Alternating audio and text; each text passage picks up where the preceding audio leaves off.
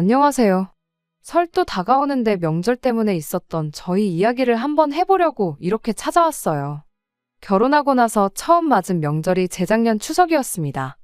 추석을 한 달 정도 앞둔 상황에 남편이 저에게 부탁이라고 말도 안 되는 소리를 하나 해왔었죠. 이번 추석이 우리 결혼하고 맞는 첫 명절이니만큼 시어머니 기분 좋게 해드리고 싶다고. 그러니 명절에 처가 가는 건 건너뛰고 시댁에서 명절 내내 지내고 오면 어떻겠냐고요. 처음엔 남편이 실없는 장난을 치는 건 줄 알았어요. 남편이 생각 없이 아무 말이나 막 하는 사람은 아니었거든요. 이따금씩 어디서 썰렁한 농담 하나 배워와서 저한테 해줄 때가 있었는데 이 또한 그런 썰렁한 농담을 하는 거라고 생각했었죠. 그런데 이야기하는 걸 들어보니까 이게 장난치는 게 아니라 진심이라는 게 느껴지더라고요. 그래서 남편한테 물어봤어요. 며느리가 명절 내내 시댁에만 있으면 시어머니 기분이 좋아지는 거냐고요. 나랑 결혼하기 전에는 며느리가 없어서 명절 때마다 기분 잡쳐서 계셨었냐고 그렇게 물어봤죠. 저희 친정집은 명절이 되면 온 친척들이 아침 일찍부터 큰아버지 집에 모였었어요. 제사 때문에 친정어머니가 음식 준비를 해야 하긴 했지만 제사상은 상차림 자체가 워낙에 간소했다 보니 크게 고생하시는 건 없었습니다. 그리고 그렇게 온 가족들이 모여서 차례 지내고 늦은 점심 먹고 어두워지기 전에 다들 집에 돌아가는 시기였어요. 돌아오는 길에 시간이 되면 이따금씩 외할머니 댁에 들르곤 했는데 그냥 곧바로 집에 돌아가는 날이 더 많았습니다. 그렇다 보니 그런 식으로 명절에 시댁에만 다녀오고 친정을 생략하는 건 충분히 이해할 수 있는 부분이었지요. 여자라고 명절에 시댁 먼저 가는 게 불공평하다 그렇게 생각하는 사람도 아니었지요. 다만 그렇다고 해서 명절 연휴 내내 시댁에서 있다가 오는 건 말도 안 되는 소리라고 생각했습니다. 실제로 그렇게 하는 사람들은 제 인생에 있어서 단 한 명도 본 적도 들어본 적도 없었고요. 그래서 다시 남편한테 물어봤어요. 혹시 어머님이 내가 친정 가는 걸 원치 않아 하시는 거냐고요. 그렇지 않고선 시어머니 기분 좋게 해주게 명절 내내 시댁에서만 시간 보내고 오자는 말이 설명이 되지 않았어요. 그렇잖아요. 말 그대로 명절 연휴잖아요. 시어머니가 저를 각별히 좋아해서 연휴 내내 제 얼굴을 봐야겠다면 할 말은 없지만 평생을 저 없는 명절을 보내오신 분인데 제가 시댁에 하루를 가나 이틀을 가나 그게 무슨 상관이겠어요. 명절 내내 시댁에만 있자고 하면 그건 거절하겠지만 명절날 시댁에 하루 다녀오고 친정 가는 걸 생략하자고 하는 소리면 내가 생각은 해보겠다고 했죠. 그랬더니 남편이 쩔쩔매면서 대답을 못하더라고요. 그때 제가 전곡을 찔렀다는 걸 알았습니다. 그리고 시댁에서 명절 내내 있다가 오자는 말이 남편 머리에서 나온 게 아니라 시어머니 머리에서 나온 이야기라는 것도 알았죠. 남편을 닥달했더니 그제서야 남편이 변명이랍시고 얼토당토하는 소리를 하더라고요. 그래도 결혼하고 나서 맞는 첫 명절인데 결혼 전에 인사 다 못 드렸던 친척분들께 인사도 드리고 그러면 좋지 않냐는 겁니다. 남편한테 연휴가 며칠인데 당신네 친척들은 뭐 하루에 한 집씩 날 잡아서 오느냐고 따졌죠. 그리고 그러는 당신은 우리 집 친척들한테 인사 다 드렸냐고요. 추석이 뭐 하루 꼴랑 쉬고 끝나는 빨간 날도 아닌데 며칠 내내 시댁에서 인사만 하러 다닐 것도 아니고 시댁 한번 친정 한번 다녀와도 충분히 인사 정도는 다 드릴 수 있는 거 아니냐 따졌습니다. 게다가 양쪽 집 다 지방에 있긴 하지만 시댁에서 친정까지 그렇게 멀지 않은 편이고 집으로 돌아오는 길에 있었다 보니 그딴 이유라면 친정을 생략해야 할 이유가 더더욱이 없었죠. 결국 나중 가서는 남편이 그냥 어떻게 이번 한 번만 자기가 하자는 대로 하면 안 되겠냐고 거의 빌다시피 물어왔어요. 그래도 아닌 건 아닌 거라고 나는 그렇게 할 생각 없으니 정시댁에 명절 내내 있고 싶거든. 나는 명절 당일에 인사만 드리고 택시를 타서라도 친정에 가 있을 테니 당신 혼자 명절 내내 시댁에 있다가 연휴 마지막 날 올라오라고 했죠. 그렇게 말도 안 되는 남편의 헛소리를 거절했는데 그러던 중 며칠 지나지 않아서 제 동생한테서 연락이 왔어요. 친정부모님이 명절 연휴를 맞아서 해외여행을 다녀와 보고 싶어 하신다길래 자기가 보내드리기로 했다고. 그런데 돈이 조금 모자라서 그런다고 저보고 그 여행 비용 좀 보태줄 수 있냐고 묻대요. 돈이야 제 돈으로 보태드리면 그만인 건데 그게 문제가 아니었어요. 친정부모님이 여행을 가시면 아무도 없는 친정집에 혼자 가 있을 이유도 없는 거였으니까요. 그래서 그냥 남편이 하자는 대로 하기로 했어요. 그때는 그냥 부탁 들어주고 생색도 좀 낼 겸 좋은 게 좋은 거 아니겠냐 쉽게 생각했었죠. 이유야 어찌되었던 간에 남편도 자기 원하는 대로 됐다고 좋아가지곤 친정부모님 여행 가서 쓰시라고 알아서 용돈도 더 보내고 그러더라고요. 서로 좋은 쪽으로 잘 되었구나 생각했는데 막상 명절이 되니 그게 아니었습니다. 명절 스트레스라는 게 요즘 세상에 다 옛날 말이라고 생각했는데 그게 아니더라고요. 저희 집이 제사를 워낙에 간소하게 지냈다 보니 그것 때문에 제가 너무 쉽게 생각했던 점도 없지 않아 있었지요. 게다가 온 가족들이 하나씩 자기 할 일들을 알아서 도맡아 했었다 보니 명절 준비라는 게 저한테는 그렇게 어려운 일처럼 보이지 않았는데 명절 연휴 첫날에는 별거 없구나 싶었는데 명절 당일날 새벽바람부터 허리도 똑바로 못 펴고 제사 음식 준비하느라고 아주 쌩고생을 해야 했습니다. 그런데 진짜는 명절 당일이 아니라 명절 다음 날이었어요. 친척분들한테 인사도 좀 드리자고 했었던 남편 말이 거짓말은 아니었던 게 그날 일정은 시외가 큰 집에 다녀오는 걸로 되어 있다며 아침 일찍부터 준비하는데 분주했었거든요. 명절 다음 날이니만큼 아무 부담 없이 인사만 드리고 오는 줄 알고 편한 마음으로 출발을 했는데 막상 큰 집이라는 곳에 도착하니 정말 충격도 그런 충격이 따로 없었어요. 세상에 이런 집이 또 있나 싶었죠. 명절 다음 날이 돼서 또 제사 준비를 하게 될 줄은 정말 상상도 못했으니까요. 시어머니가 시외가에서 막내이자 유일한 여자 형제였어요. 위로 5명의 시외숙님들이 계셨죠. 그리고 그 5명의 시외숙님들한테는 공통점이 있었는데 그건 5분 모두 하나같이 전부 이혼을 하셨다는 점이었지요. 그러니 집안의 유일한 여자인 시어머니가 시외가 제사 음식까지 책임을 져야 했던 겁니다. 그런데 명절 당일에는 또 시어머니는 시어머니 나름대로 챙겨야 하는 제사가 있었다 보니 아예 시외가는 명절 다음 날에 제사를 지내는 걸로 자기들 편한 대로 날을 바꿔버린 거예요. 그래서 항상 명절 둘째 날에는 시어머니 혼자 아침 일찍부터 시외가 제사 준비를 해야 했던 겁니다. 왜 시외숙님들이 하나같이 다 이혼을 했는지는 안 봐도 알 것 같았어요. 도와주는 거 하나 없으면서 이름도 모르는 남의 집 조상님들 음식은 또 얼마나 호화 진수성찬을 차려야 하는지 모르긴 몰라도 아마 명절 스트레스 때문에 이혼들을 당하신 거구나 싶었습니다. 그렇게 집안에 제사 음식 챙길 며느리가 없어지니 시어머니가 당신 친정제사까지 독박을 써야 했던 거고요.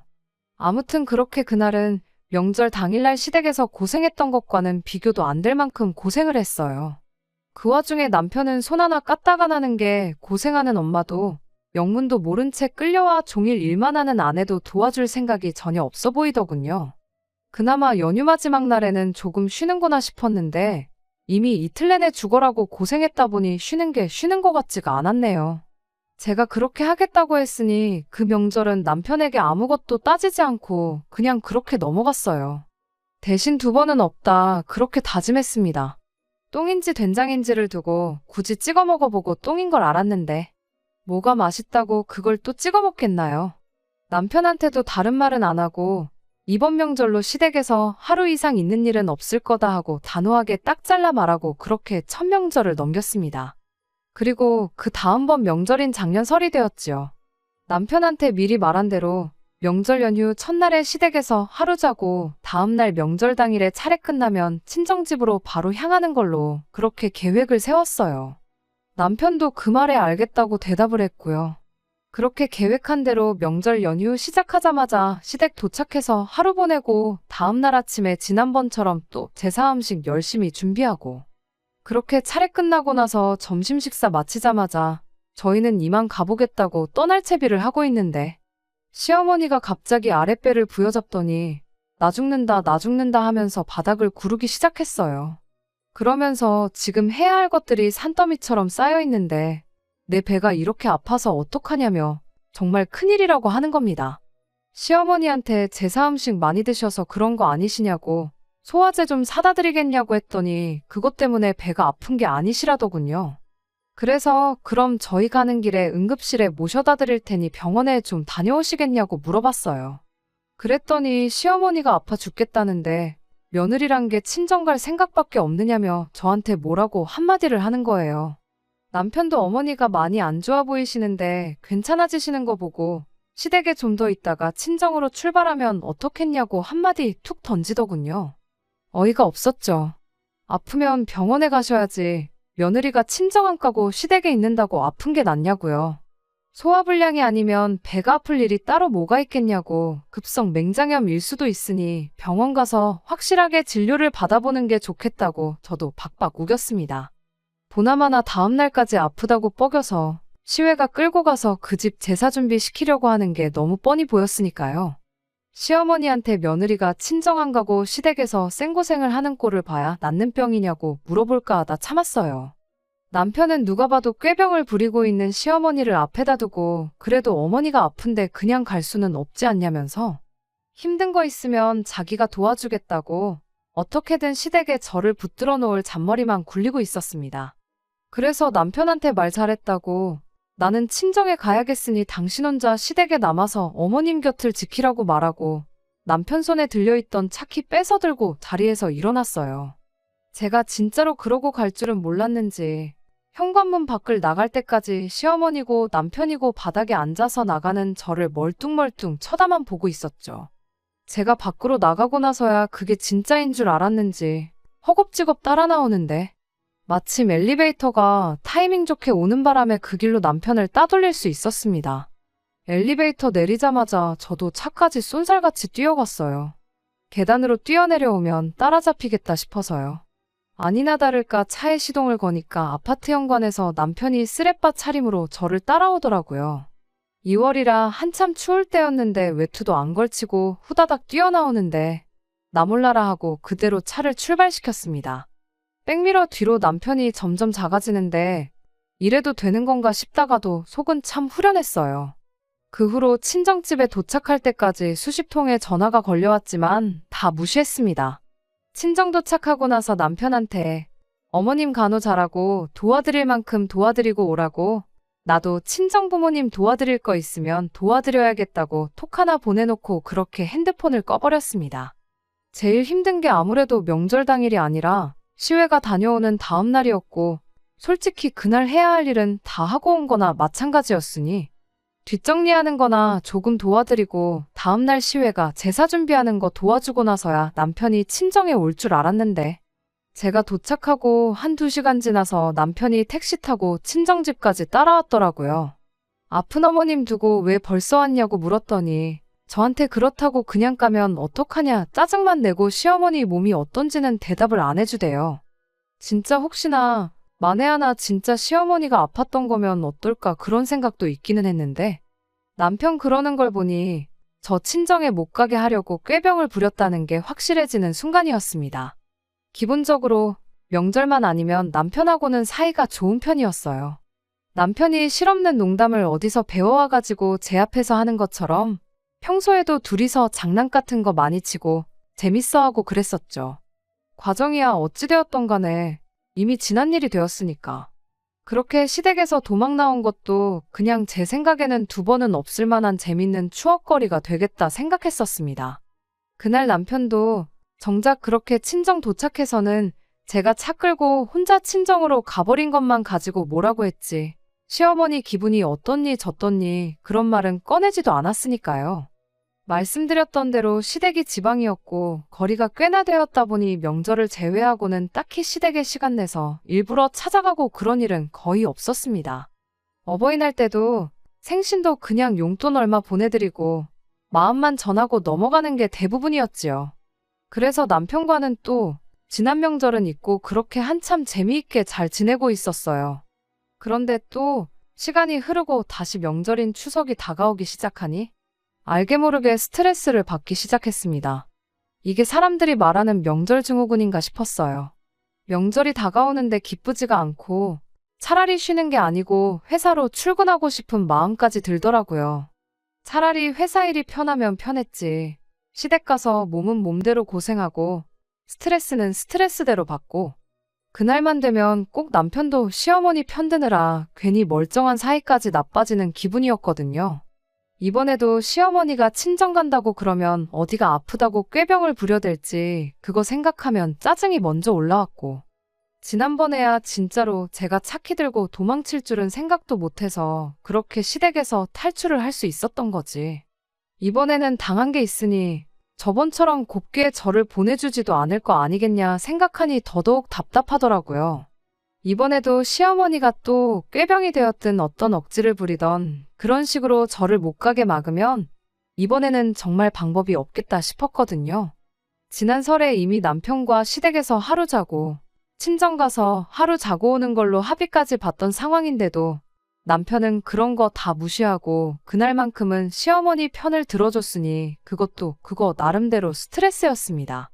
사이 좋을 때야 남편이 1년에 엄마라고 명절날 2번 보는 게 전부인데 그때는 엄마 편 좀 들게 해달라고 그렇게 말하면 그냥 넘어가 주긴 했지만 또 명절이 가까워오니 사람 마음이 참 간사한 게 그 꼴을 또 보고 싶지가 않더군요.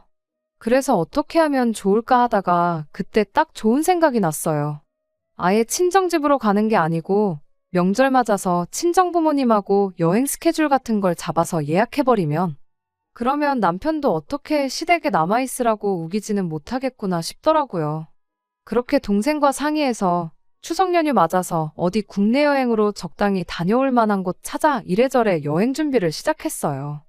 여행 준비는 명절 앞두고 이미 한 달도 전에 모든 게 끝이 나긴 했지만 그 사실을 일부러 남편한테 이야기해주지는 않았습니다. 아예 말을 안 할 생각은 아니었고 연휴 시작하기 며칠 전에 말해줄 생각이었어요. 미리 말해줘봐야 괜히 잔머리 굴릴 시간만 더 주는 게 아닌가 싶었거든요. 그렇게 연휴가 시작되기 며칠을 앞두고 남편한테 말을 해줬어요. 저번 명절처럼 이번 추석도 시댁에는 연휴 시작하는 날에 가서 하루 자고 다음날 명절 당일에 점심 식사까지 하고 친정으로 가자고요.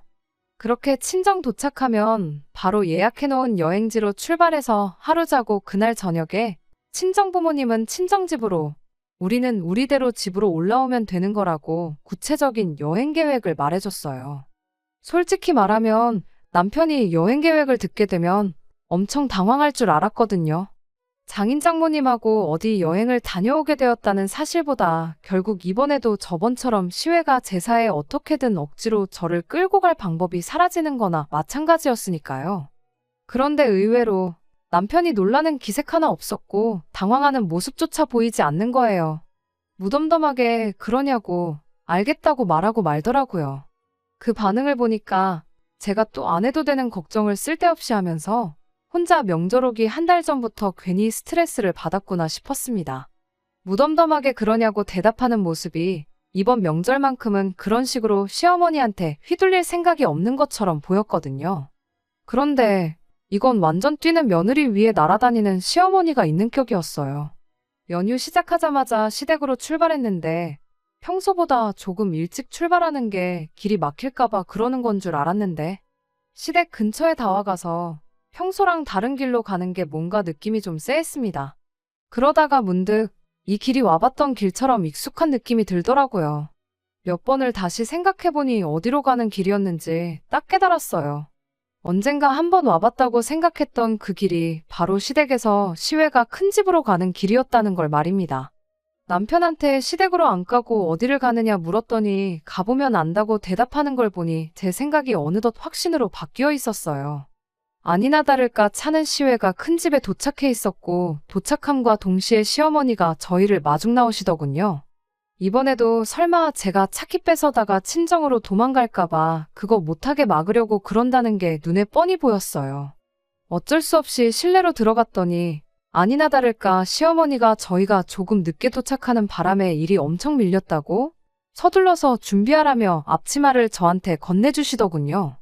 음식 준비를 시작하면서 시어머니가 저한테 하는 말이 우리 며느리가 친정에는 꼭 가야 하는 그런 사람인 것 같아서 그래서 아예 시외가 제사를 명절 다음 날에서 명절 전날로 바꿨다고요.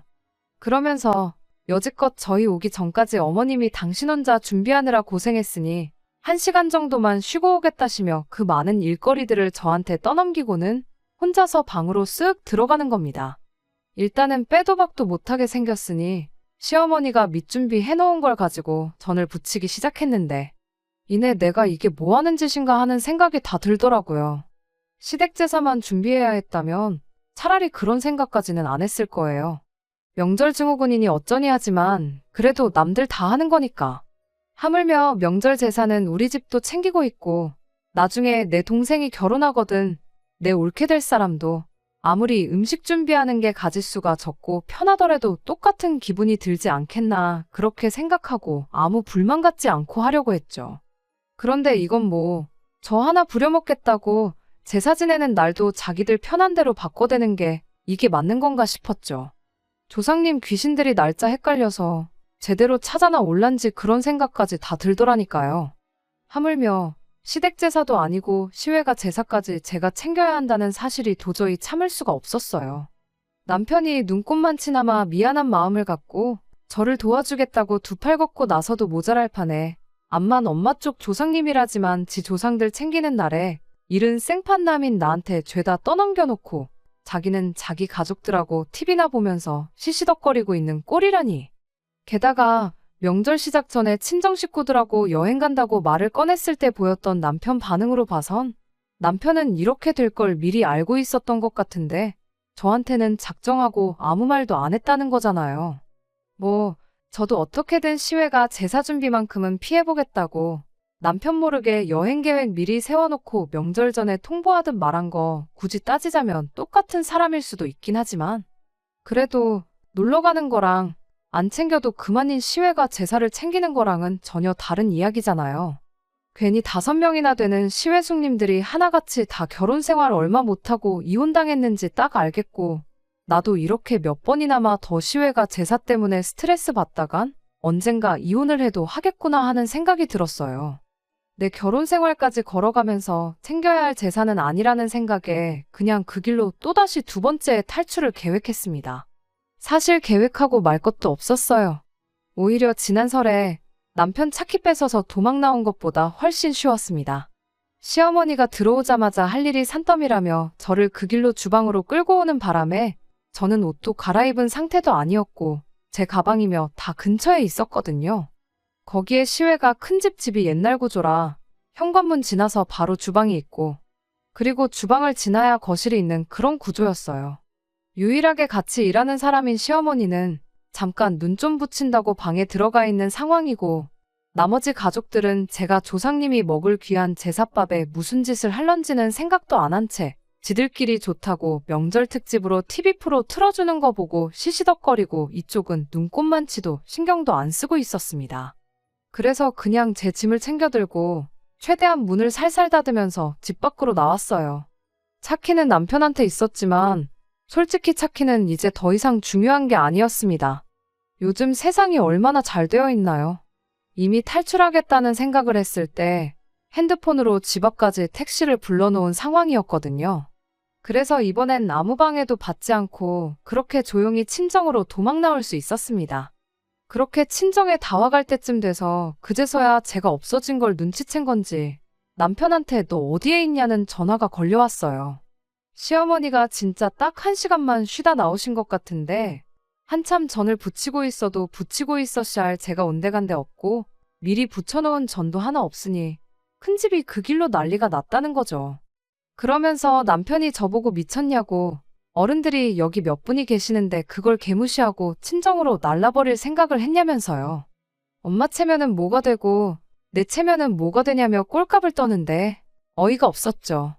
영문도 모른 채 불려와서 개같이 일하는 나는 네 가족들한테 뭐 식모 정도밖에 안 되냐고 니들 체면만 중요하고 나는 뭐 체면 같은 것도 없는 사람이냐고 따졌죠.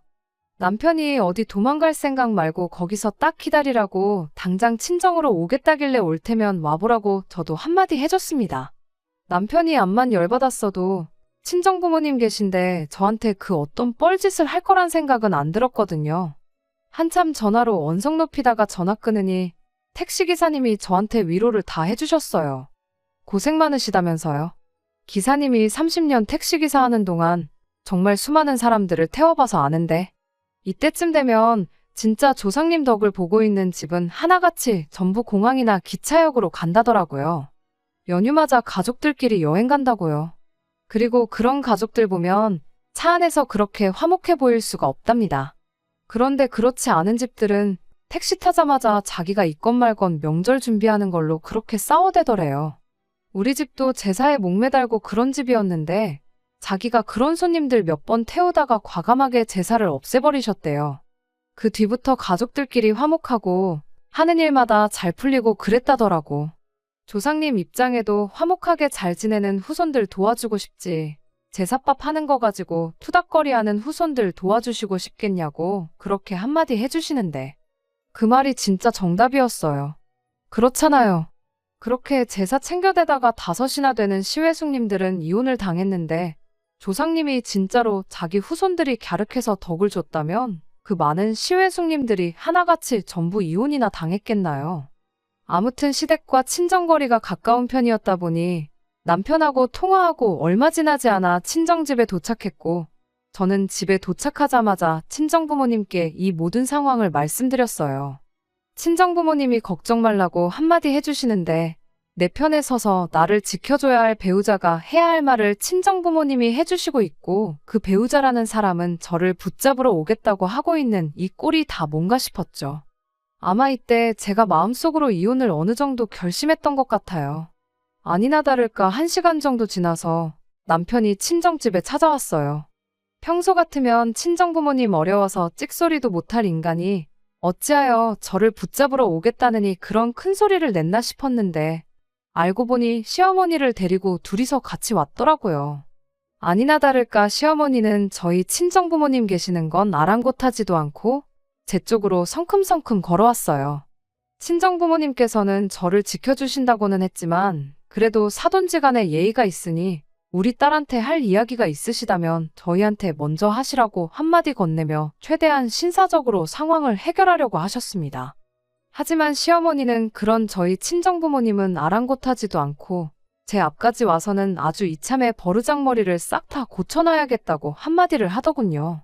너는 출가외인이라는 말도 못 들어봤냐고. 시어머니가 시키면 그런 줄 알고 하면 되는 거지. 이렇게 빠지고 저렇게 빠지고 순 도망갈 생각밖에 없냐면서요. 그럴 거면 우리 집에 왜 시집을 왔냐고 성질을 부리는데 어떻게든 상황을 좋게 해결해 보려고 시어머니를 말리던 친정부모님을 제가 막아서고 시어머니한테 한마디 했어요.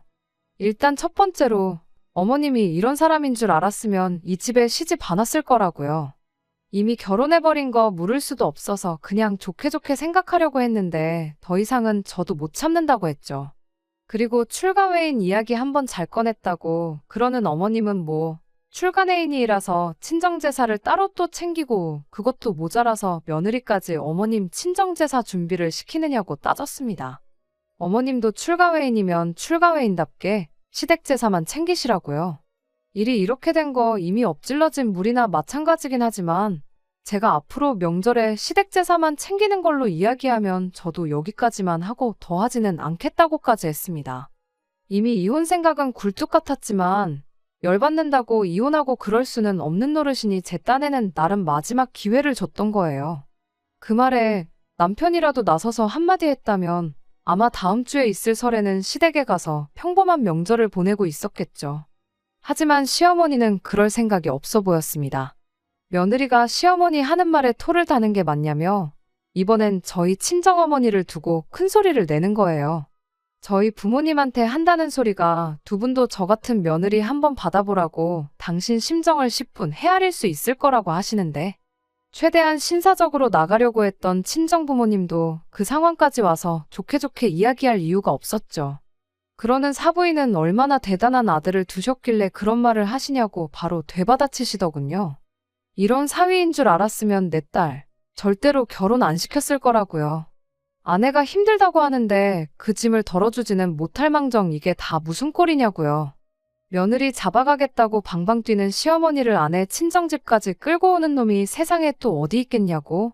어디 우리 딸 끌고 갈 생각이면 한번 해보시라고 눈을 부릅뜨시고 한마디 하시는데 시어머니까지 끌고 와서 나를 잡아가겠다고 하면 우리 부모님이 뭐 겁이라도 먹고 우리 딸 데려가시라고 그럴 줄 알았던 걸까요? 막상 친정부모님이 두 분 다 강하게 나오니 여태까지 큰소리 떵떵거리던 기세는 온데간데 없고 그래도 명절인데 며느리가 빠지면 쓰겠냐면서 개미만한 목소리로 옹알거리며 대답을 하더군요. 친정아버지께서 우리 딸이 시댁제사만 챙기면 아무 말 않겠다고 했던 말 못 들으셨냐고. 앞으로 시외가 제사에는 일절 데려가지 않겠다. 그 약속만 우리 앞에서 해주시면 당신들도 더 일 크게 만들지 않고 저를 시댁에 다시 보내주겠다. 그렇게 한마디 하셨어요. 그런데 그 와중에도 시어머니는 끝까지 고집을 꺾지 않으셨습니다. 그래도 시집 보냈으면 우리 집 사람이 된 건데 우리 집 가풍을 따라야 되는 거 아니냐며 마치 저희 부모님이 하는 말이 남의 집 일에 주제넘게 참견하고 있다는 것처럼 말을 하대요.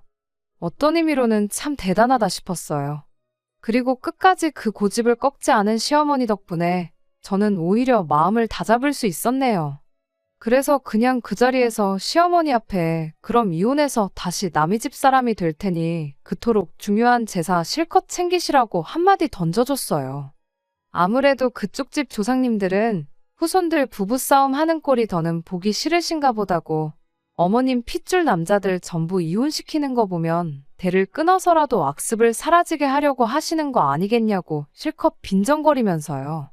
시어머니가 말 다 했냐고 방방 뛰긴 했지만 친정부모님도 계시고 그 소란에 제 동생까지 나와 있던 상황이었다 보니 이내 남편 데리고 다시 시댁으로 돌아갔습니다. 저는 그렇게 남은 명절 친정에서 푹 쉬다가 그렇게 집으로 돌아갔어요. 친정부모님이 같이 따라가 줄까 했지만 이혼한다고 투닥거리는 꼴 보여드리기도 싫고 이건 제 손으로 마무리 짓는 게 맞는 것 같아서 그 제안을 마다하고 혼자 올라갔습니다.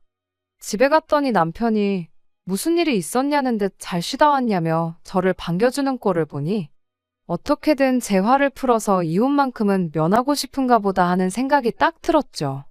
하지만 저도 며칠이나마 혼자 친정에서 시간 보내면서 이혼하기로 결심을 하고 올라온 거다 보니 그렇게 어물쩍 넘어갈 생각은 없었어요. 제가 이혼 이야기를 꺼내니 남편이 그제서야 시외가 제사고 시댁 제사고 뭐고 아예 앞으로 명절에 시댁에 찾아갈 일 없고 친정만 가겠다고 저한테 이혼만은 말아달라고 부탁을 하더라고요. 그렇게 후회할 거였으면 진작에 좀 잘하지 싶었습니다. 나중에 가니 시어머니한테 전화까지 와서 저한테 사과를 하긴 했지만 나중에 또 어떤 기상천외한 방법으로 시외가 제사를 챙기게 할지는 모르는 일이잖아요. 그게 진심인지 아니면 당장 아들 이혼남 만들기는 싫어서 그랬던 건지 확신도 없었고 그냥 깔끔하게 이혼하는 게 맞다 생각해서 그날부로 이혼 서류 준비하고 그렇게 2년 남짓한 결혼 생활을 마무리하게 되었습니다. 1년에 2번 있는 명절 그거 하기 싫어서 이혼했느냐고 저를 손가락질 하신다면 그건 어쩔 수 없다고 생각해요. 하지만 저도 처음엔 그런 생각이었어요. 남들도 다 하는 거니 두 눈 꾹 감고 하면 되는 거 아니겠냐 생각했었죠.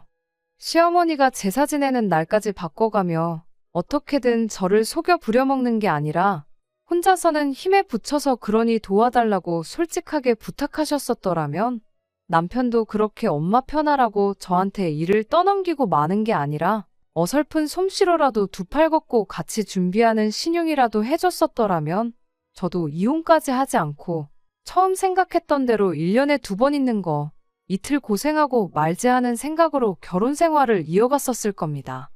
1년에 딱 2번 있는 명절이잖아요.